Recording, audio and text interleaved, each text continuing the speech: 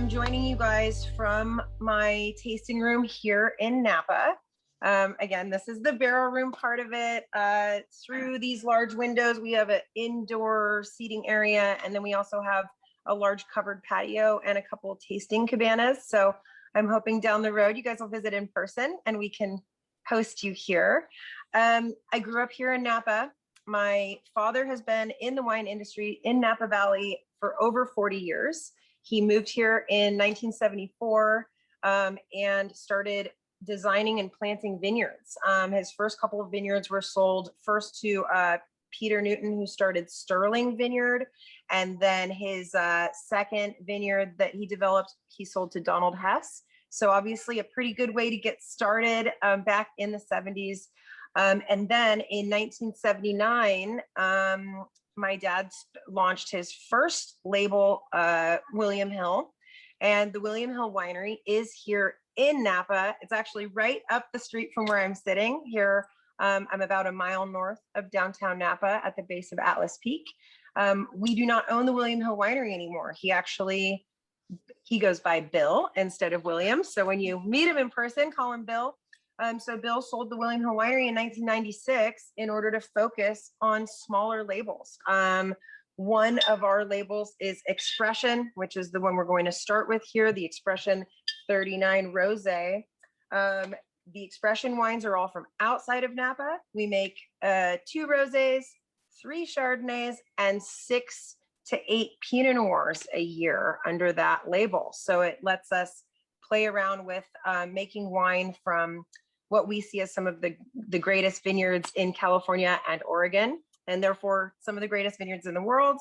And then our Prime Solum label, when you see this label, this is going to be our wine from Napa. So we have a family vineyard also right up the street from where I'm sitting, where we grow Cabernet Sauvignon, Merlot, Petit Verdot, and Cabernet Franc. We sell some of those grapes to other producers, and we make a little bit of wine for ourselves and for you to taste today as well. So yes, the William Hill Winery was where my dad started off, but he's had many projects over the years, and I've been involved for almost 6 years now. I moved back from Los Angeles, where I was living and working as a professional artist and an arts teacher. And we opened this tasting room about 3 years ago. And well, last year doesn't count, right? But we're actually reopening tomorrow for in-person tastings.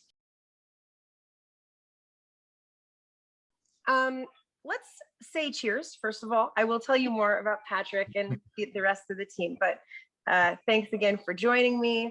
We're encouraged to smell and enjoy red wines and then not take rosé as seriously. And I disagree. I think there's so much complexity to this wine that I enjoy the aromas. I like to start with this rosé, and then I'll encourage you to taste it again at the end of the tasting.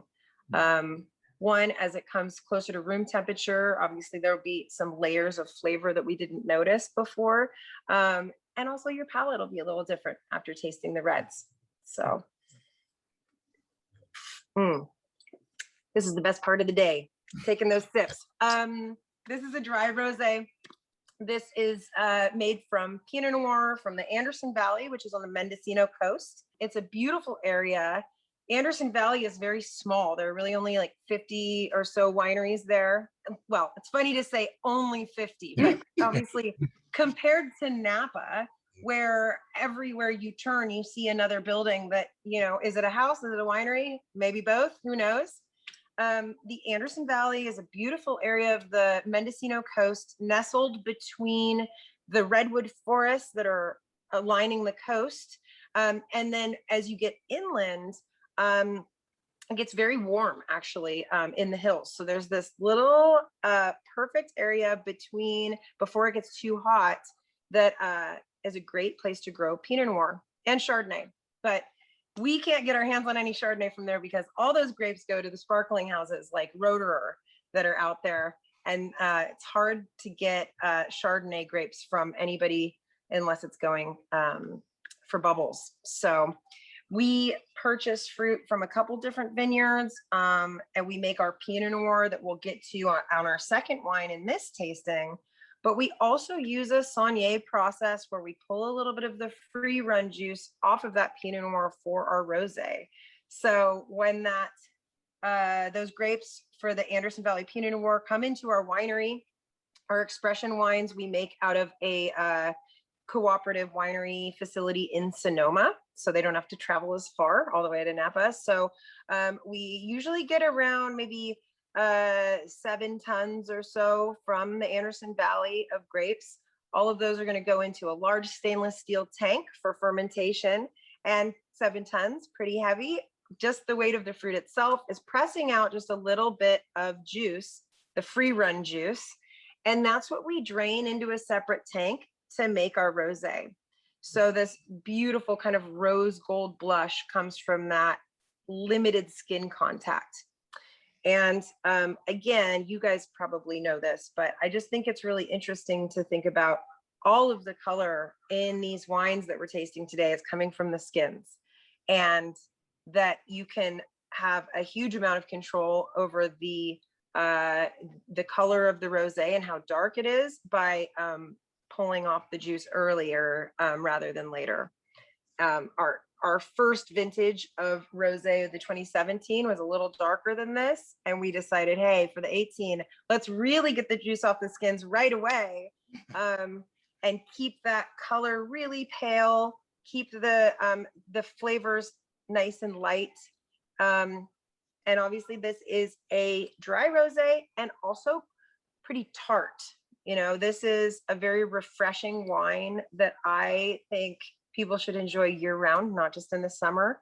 And if you guys like spicy food at all, this rosé is delicious with spicy dishes like Thai food or carnitas tacos, or even ribs and spicy kind of Oklahoma style barbecue sauce. That's funny, because I wouldn't have thought that spicy food. I would have thought something like, like smoked salmon, for example. It's also delicious with smoked salmon. So you're on the right path. I just have found over the last year or so, the different dishes that I enjoy at home. I like to try wines, really be a little bit experimental with trying different wines with different food. And because of the finish of this rosé being so bright, it really does stand up to the spicy food. So when you said free run juice, can you tell me again what that means?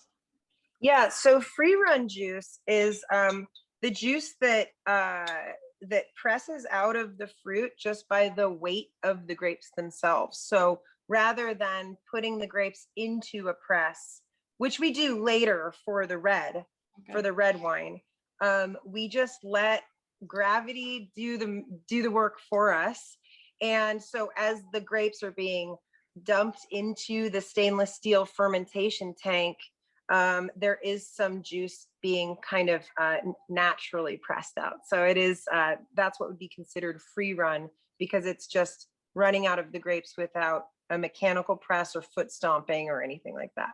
And is that true for all the rosé? For us, yes, that is correct. Now, there are producers who pick grapes to make rosé, and in that case, you would press off the juice the way you would for a Chardonnay or something, a white wine, where you're going to press the juice off of the skins and the seeds.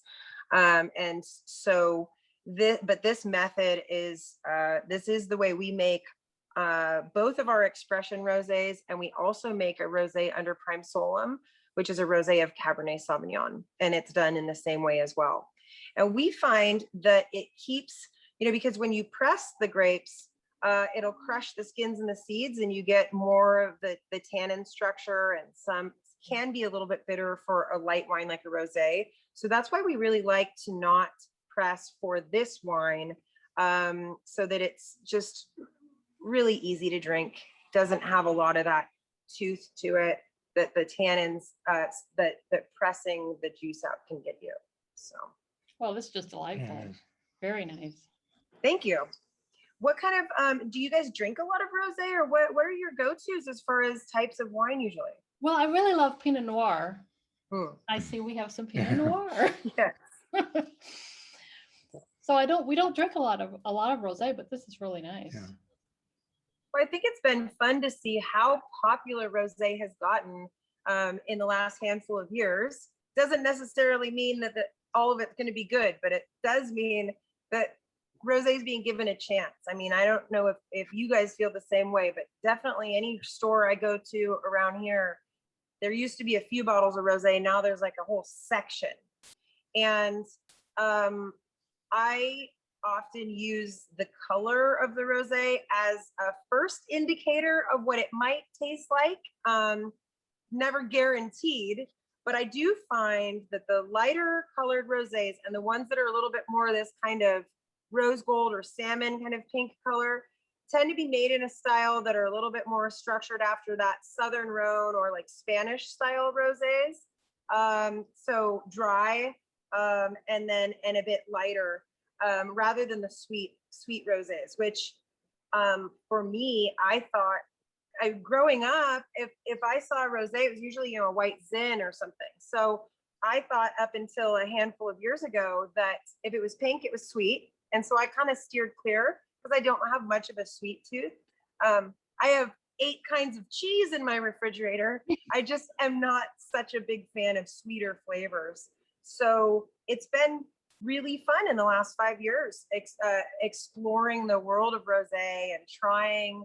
You go to almost any winery now in Napa anyway, and everybody's making a rosé, and you'll often get a little splash of it when you arrive as kind of a greeting. And it is a good way to start. So, and I love having in this same tasting the rosé and then the Pinot Noir, the actual red, coming from the same grapes because they have different flavors, different aromas. This, this rosé for me, it's has a little bit of like rose petal and lemon zest kind of flavors and aromas to it. The finish when it's cold reminds me of like lemonade or that kind of tart zing on the end. Later when we come back to it, I'll have different comments about the finish, but I don't want to spoil it. This rosé can be a little surprising for during tastings. In the last year, I've just done all these virtual tastings, but I've met a lot of people and tasted these wines with quite a few who had never had our wines before. And judging by the color looking more like rosé, like a French rosé, this does have some robust flavors there and aromas that are not expected. And so I love that. And I do like that you're saying that the smoked salmon is a very good pairing with this wine. But I think it's a pretty versatile wine. It goes with a lot of different things. So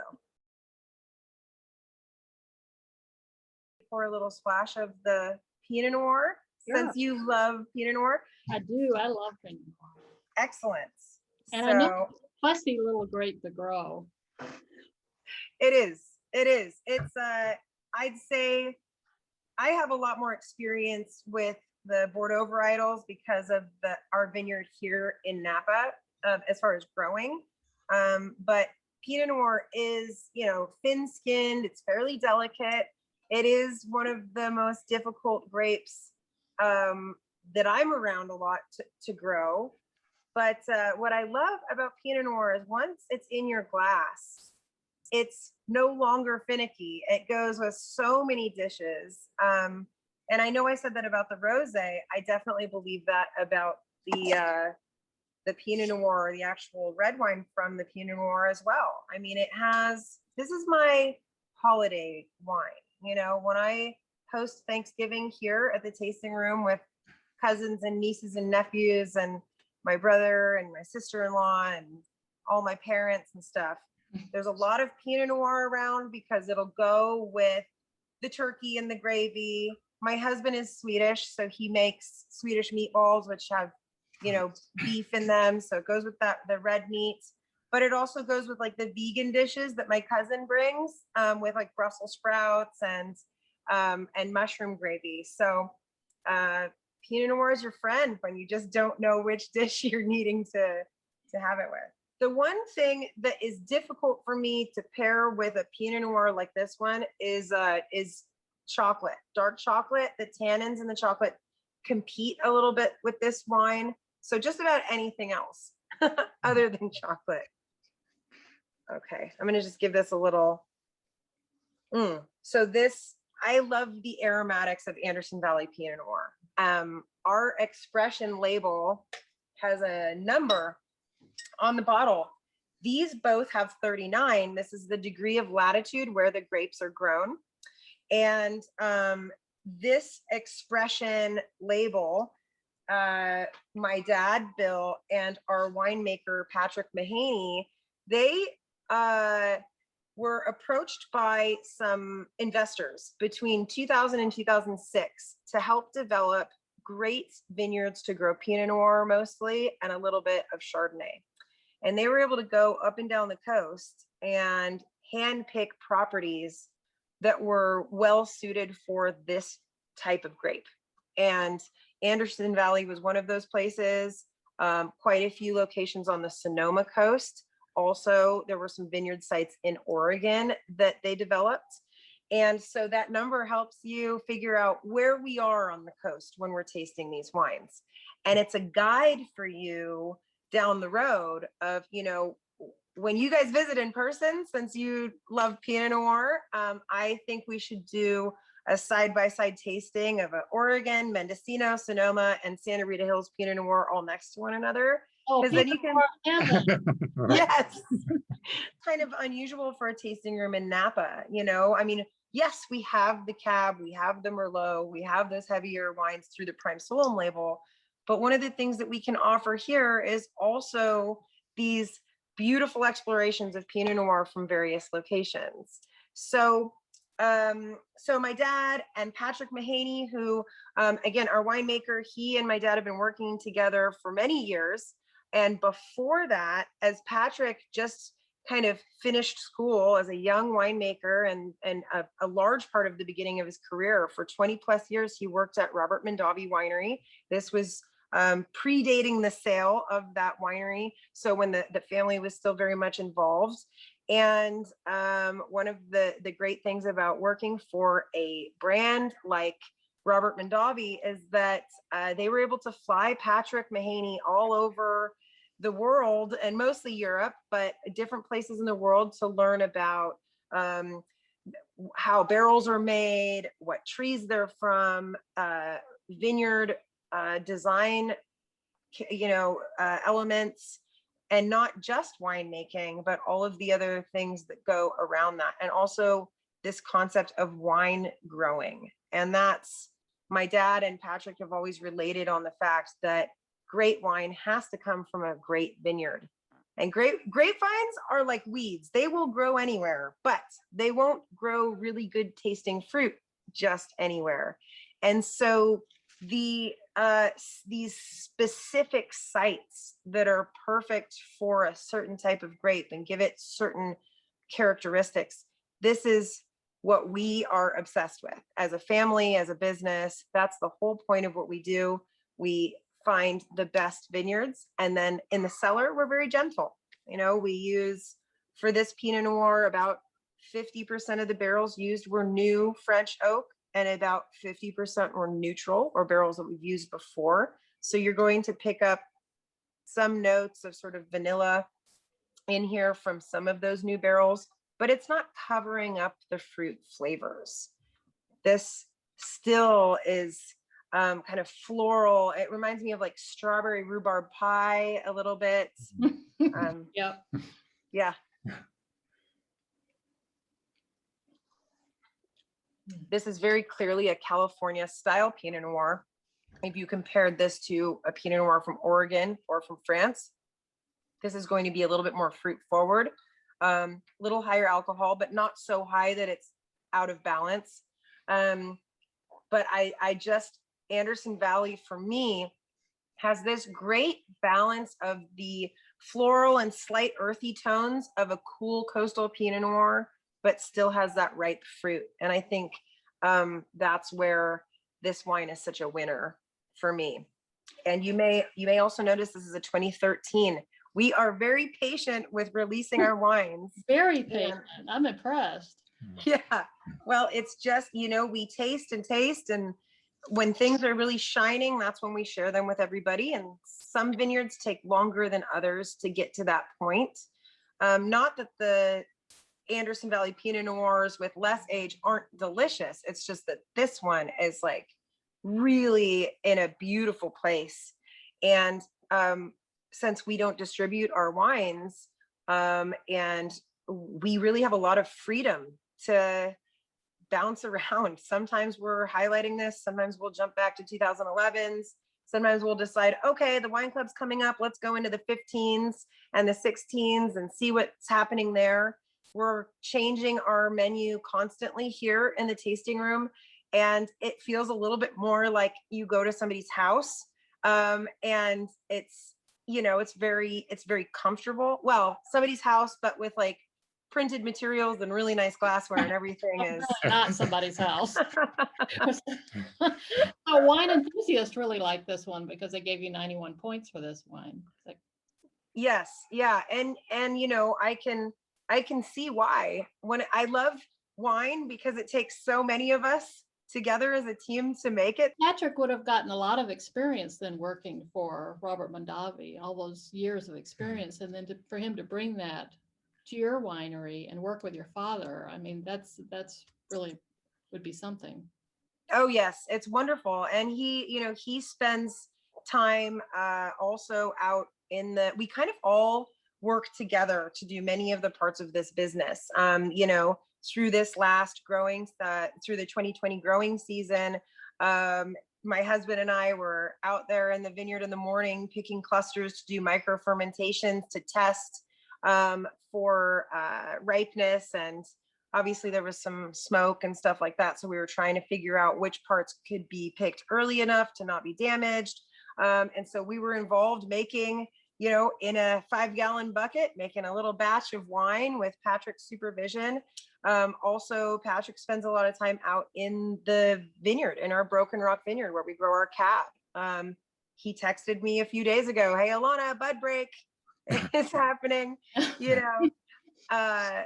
My dad is out in the vineyard every day. Patrick's out there a lot of days. I go through periods of time where I'm there a lot and then sometimes not. With us gearing up for opening weekend, it's been a little less in the last week, which is why Patrick knows to keep me updated.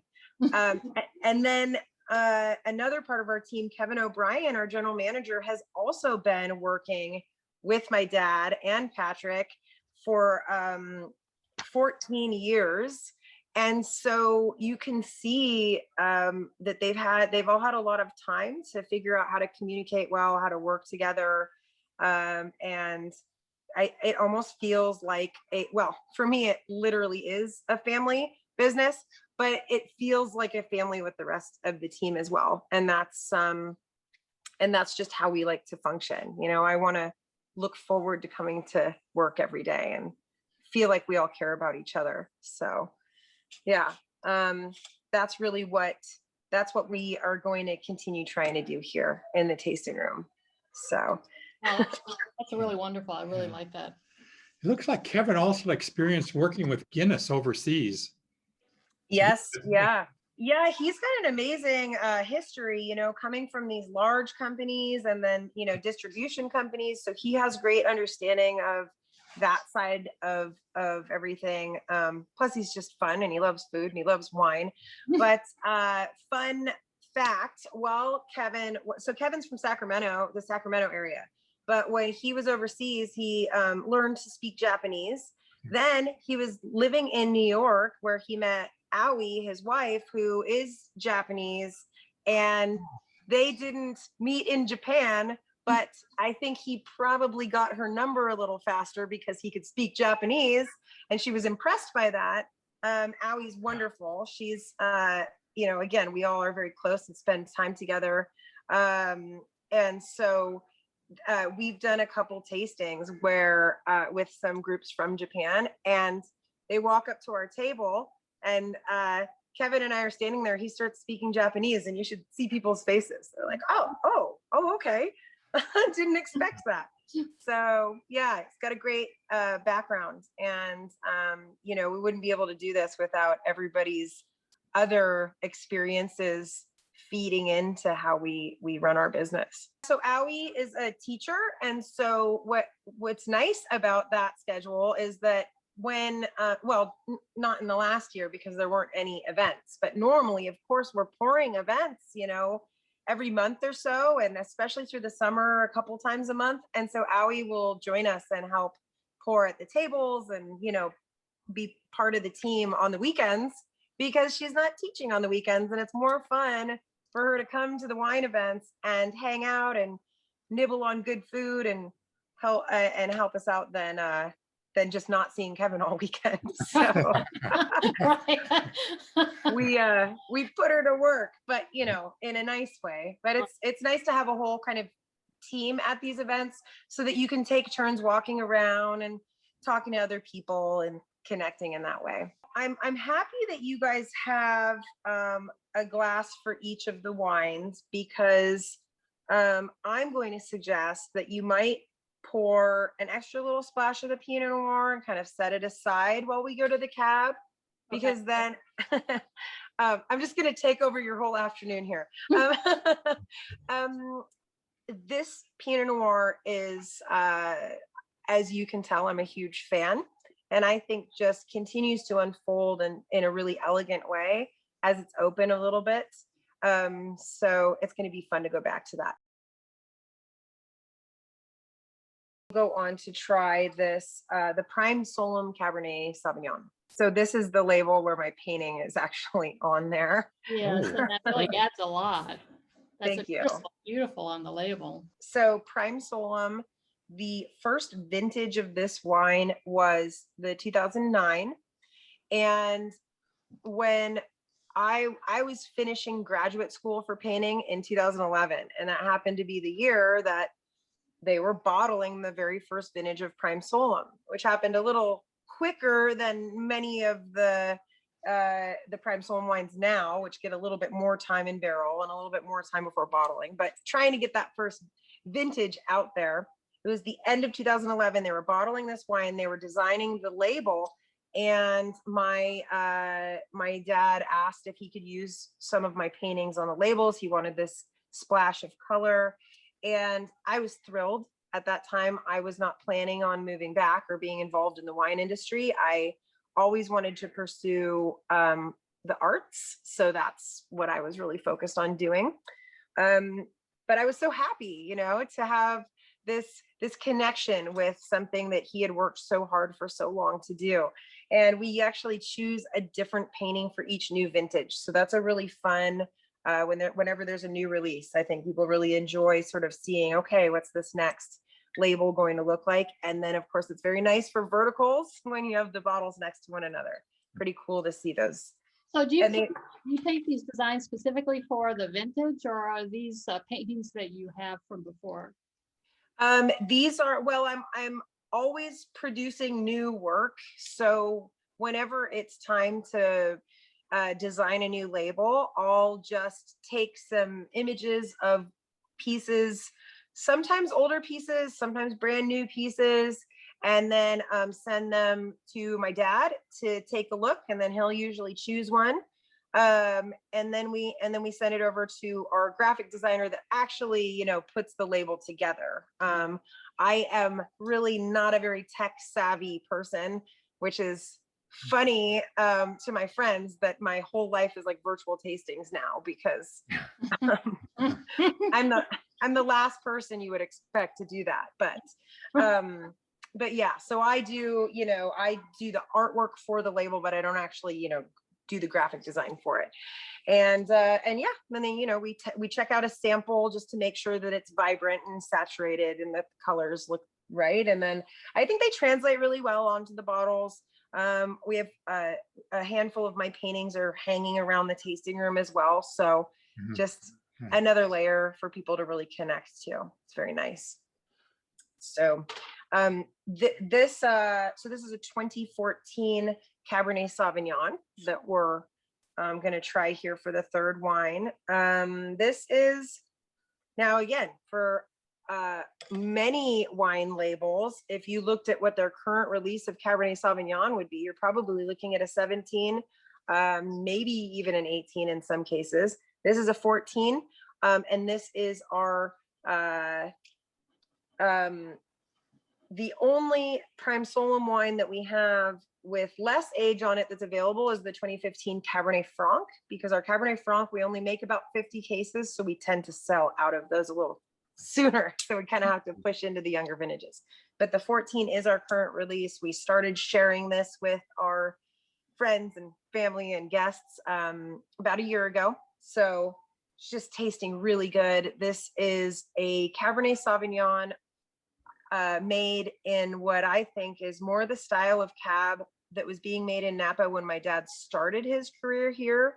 So rather than some of the Cabernet Sauvignon in Napa through especially the 1990s and early 2000s, I feel like there was pressure for cab to get bigger and more extracted and higher alcohol and just, you know, this huge heavy hitting cab that you would then need to lay down for 5 years, 10 years or more to enjoy it. And my dad, because he's so focused on the vineyards, again, we really try to be gentle in the cellar. So what I love about this Cabernet Sauvignon is it's smooth and it's drinkable, and yes, it could go with a bold meal, but it's also just such a pleasure to sip on as I love the ruby color. I agree. I mean, as a painter, of course, right? I'm always visually assessing the wine as well. And it's just, yeah, it's a beautiful color. The aromas are just so, it's ripe, but just enough age to soften some of the edges without showing any characteristics of like a library wine to me. You know, it's still very, really nice. Just, yeah, not too bold, but it's really flavorful. This has a lot of that kind of like ripe black cherry, almost a little bit of blackberry, like if you're actually picking blackberries off the bush. So, you know, there's that little tiny dusty characteristic, but it's still very fruity, fruit forward. And I bounce around between these wines quite a bit, depending on usually kind of the weather outside, but this is so lovely. I just love that it is, it's complex without being aggressive on the palate. And I think sometimes Cabernet Sauvignon, especially for people who maybe don't drink wine as much, I do find guests that come here in person, or have, and now in this year through the virtual tastings, I talked to quite a few people who have avoided red wine for a while because I think that they've only tried these really aggressive reds. And I like taking these wines and using them as a way to show people that there are many exceptions. There are many different winemaking styles, and that it's okay if white wine or another varietal is still going to be your favorite or your go-to, but many people should be able to enjoy these wines, at least for a tasting. It doesn't need to be really harsh when you're tasting these. Again, the 14 is the youngest vintage of the Prime Solum that we're tasting right now. And I think that it shows you why it's nice to be patient also, you know, here with just enough maturity in this wine that it's smooth and supple and velvety, but still very vibrant. And where did the name Prime Solum come from? My father actually was reading some soil science research papers, because that's what he does in his fun spare time. And Prime Solum is used to kind of talk about, you could translate it as like the best soil, but what it's referring to is the top part of the soil where all the micronutrients are for root uptake. So it's where roots can grow, where plants can grow in that top part of the soil. But in this sense, kind of referring again to that, you know, a great wine has to come from a great vineyard. So looking for that best soil, the best vineyard sites. And so that's where that came from.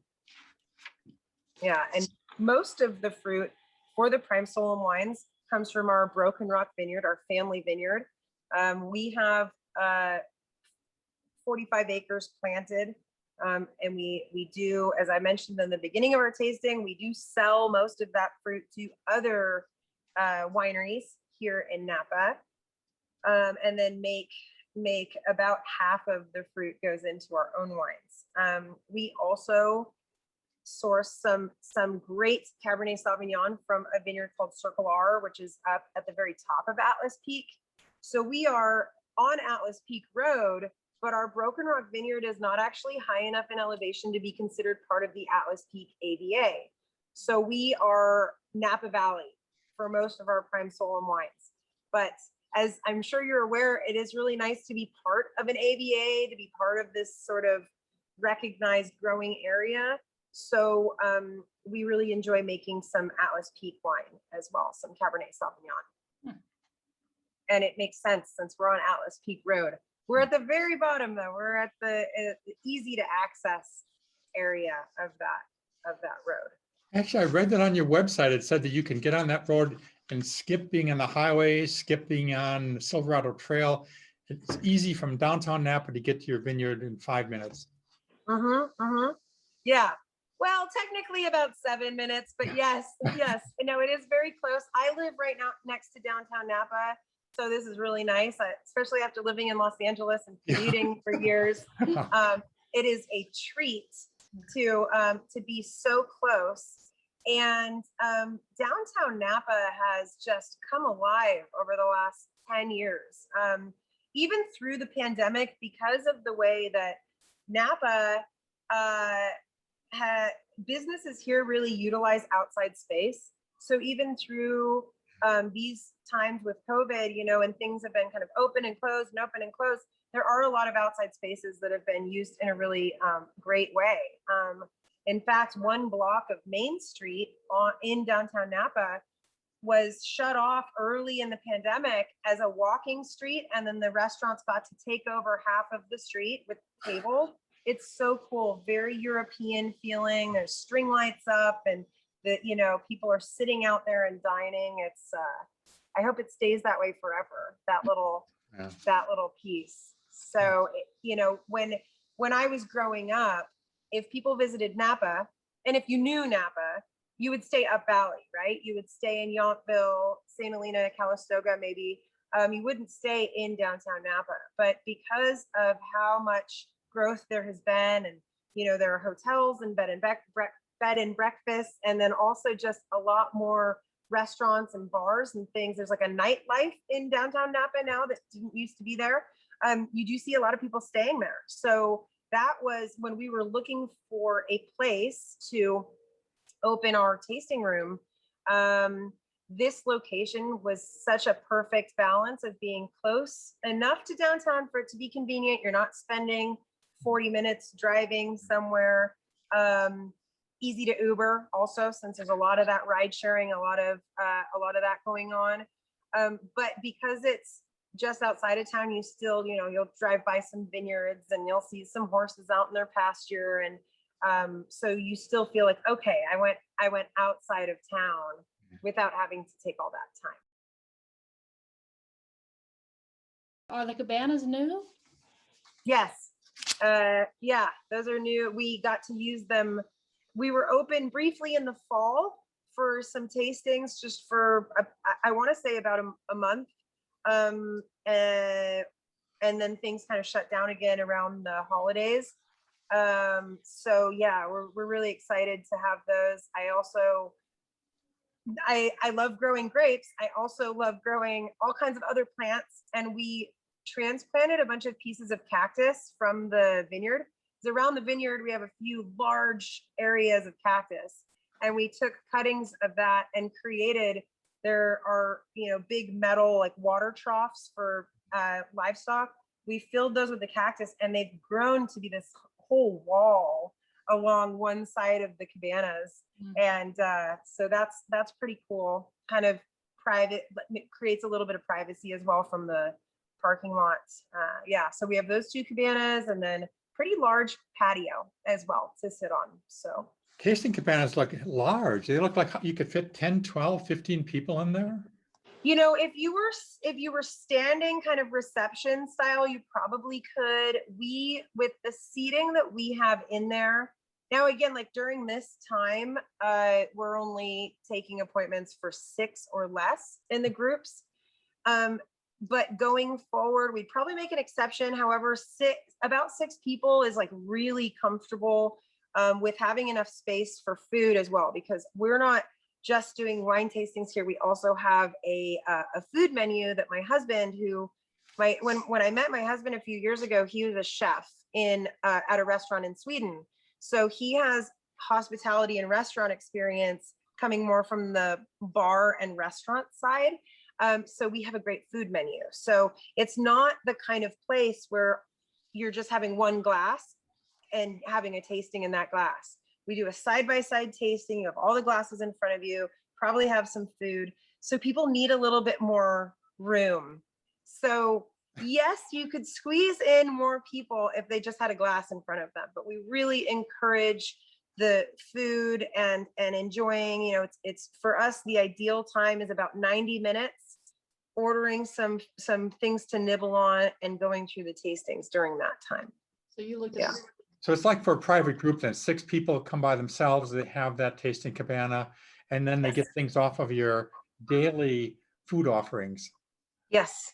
The daily Yeah. food offerings look really good. You change this every day or every couple Well, of days? you know, we kind of, I'd say every like couple of weeks. I mean, because we have quite a few wine club members and local people that are here sort of frequently. So we really try to mix it up because we don't want anybody to get bored with their choices. And cheese tasting is super fun. So I have no problem having a new cheese or something that we rotate in there that we find that we enjoy with the wines. So David, my husband, we both, you know, we'll go down to the Oxbow Wine and Cheese Merchant and we'll try something that we haven't seen before, and they'll suggest things. And when we get excited about something, we put it on the menu for a while. And yeah, so we try to switch it up. Another fun thing, so this weekend we're doing a wine club only weekend, and we're doing a little special. It's actually like a set menu. It's a food pairing with 3 wines. We've never done this before. And you also have flights, different tasting flights that are available. And we switch up the wines that are on those flights, but it's pretty much 4 kinds that we always have like our signature flight, which will be half expression wines, half prime Solum. So that's usually, we'll encourage that if somebody's never been here before. So they can try, usually it's a Chardonnay, a couple Pinot Noirs, and then 3 of our Bordeaux varietal wines. So our Cabernet Sauvignon will be in there, and then the Merlot, and then either the Petit Verdot or the Cabernet Franc. We switch off between those because we make such a small amount. So I mean, it's pretty standard. We do a 4 times a year. For our wine club, we do allow people to, you know, customize the wine club if they wish, but we have a choice of 3 bottles or 6 bottles. The benefit of the 6 bottles is that your 10% discount goes up to 20. So that's the incentive there. And then also you can bring a bigger group of friends with you for complimentary tastings.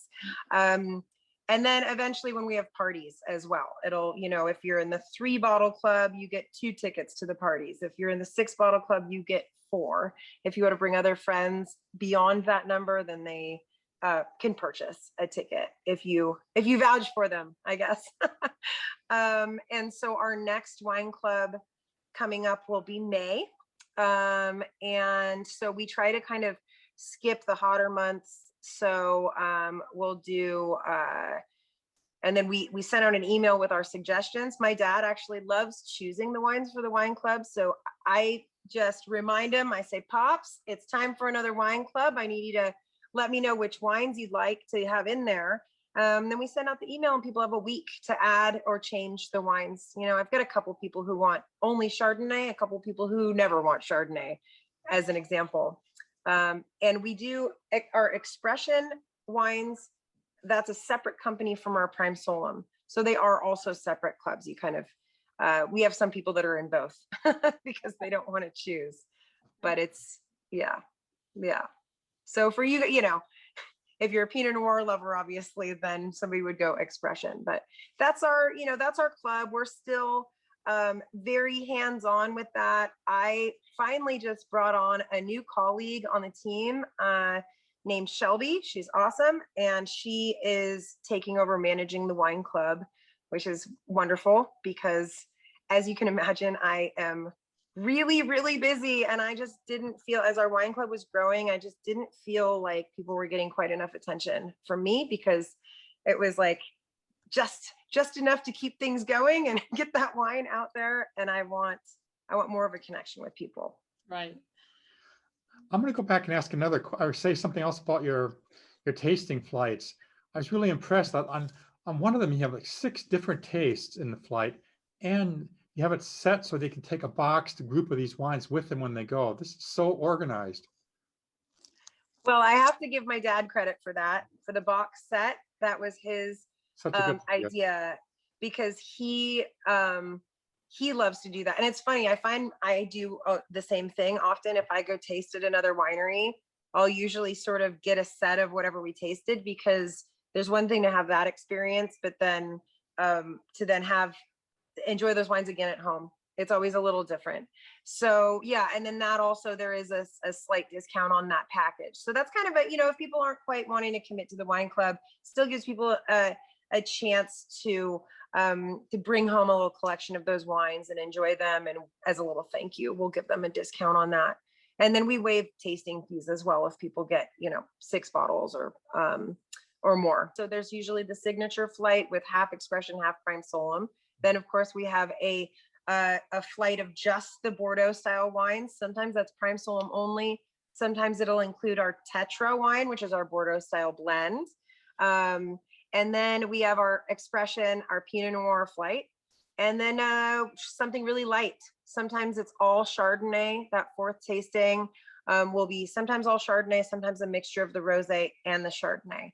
And we have groups come in where there's somebody in the group and they've been schlepping around with the group all weekend and having to drink a bunch of cab, and they just like lighter wines. And so I see the look of relief when they see that that's a choice, so that they can still enjoy being with their friends. Okay, you mentioned Tetra. Yes. So Tetra is actually a Greek word that means the sum of 4 parts. And so it is a blend of Cabernet Sauvignon, Merlot, Cabernet Franc, and Petit Verdot. So those 4 types of Bordeaux varietals that we grow on Broken Rock. The idea was to be able to play around with something where the blend was different every year, especially since the expression and Prime Solum labels focus on single varietal wines. Having that blend was a great addition for us. That wine is available to either wine club with their discount. So it's also a nice way to have a little bit of a bolder wine in there. Small amounts of that wine, we make, 50 to 90 cases a year. So I wouldn't say it's a secret wine, but it's sort of that, like, once people know us already, it's the wine that we introduce to you. And then, anybody can buy it if you hear about it, but like the 2014 Tetra, we're actually pouring through this weekend in the food pairing. It's 60% Petit Verdot. So that's a fun one for people. That's going to be a blend that a lot of people have not had. And Bill and I were talking about going forward. I think we're actually going to shift slightly with the Tetra blend and have it always a right bank style blend. So Cabernet Franc and Merlot heavy. So maybe with a dash of the Petit Verdot or the Cab in there. But I like that idea because I think it gives it a little bit more singularity, a little bit more of its own style of wine. My last question. Okay. Would be about your private virtual tastings. It's so organized, and the different groupings of bottles, the different price ranges. the different things that are available. You have a lot of options, and it's really clear what people will get with that. Would you like to tell us about that?